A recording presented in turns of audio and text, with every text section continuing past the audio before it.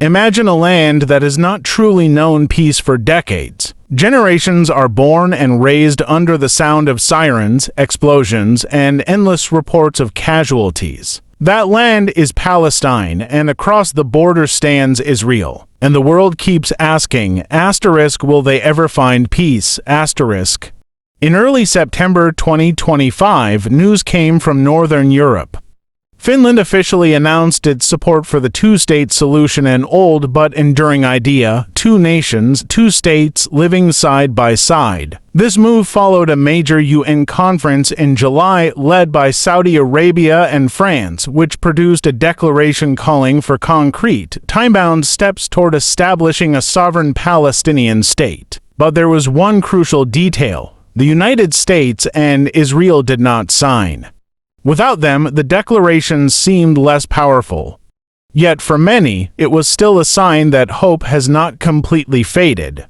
From Rome, the Vatican also raised its voice. Pope Leo XIV met with Israeli President Isaac Herzog and firmly called for a permanent ceasefire, the release of all hostages, and unhindered humanitarian aid into Gaza. The Vatican emphasized again, only with the creation of a Palestinian state can true peace ever be achieved. This moral voice from the heart of the Catholic world became another strong push to end the war.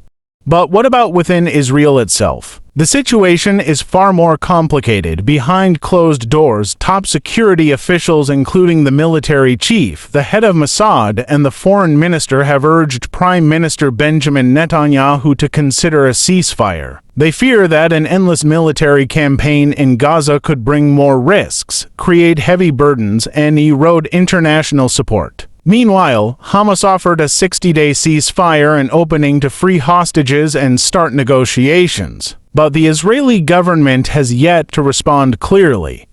Netanyahu continues to play an ambiguous strategy, showing military strength on one hand while leaving the door slightly open for diplomacy on the other. The world, however, is not standing still. The July UN conference outlined a 15-month roadmap toward a Palestinian state.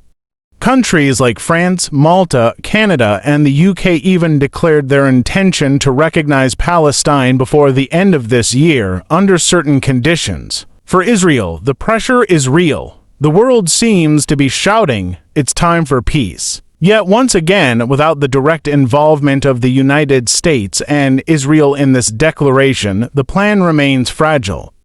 Beyond diplomacy, there's a harsher truth. A 2025 Pew Research survey revealed that only 21% of Israelis believe lasting peace with Palestine is possible, the lowest figure in over a decade. Most citizens say the lack of mutual trust is the biggest obstacle. On the Palestinian side, internal divisions between Fatah and Hamas often weaken their diplomatic stance. The world can push, pressure, and mediate. But without unity from within, peace will always remain distant. So, what do we see if we step back? There is moral support from the Vatican, political momentum from Europe, warnings from Israeli security leaders, a ceasefire offer from Hamas. Each piece looks like part of a puzzle, but the larger missing pieces, public trust, political reform, and courageous leadership, are not yet in place. And without those, the puzzle of peace will never be complete.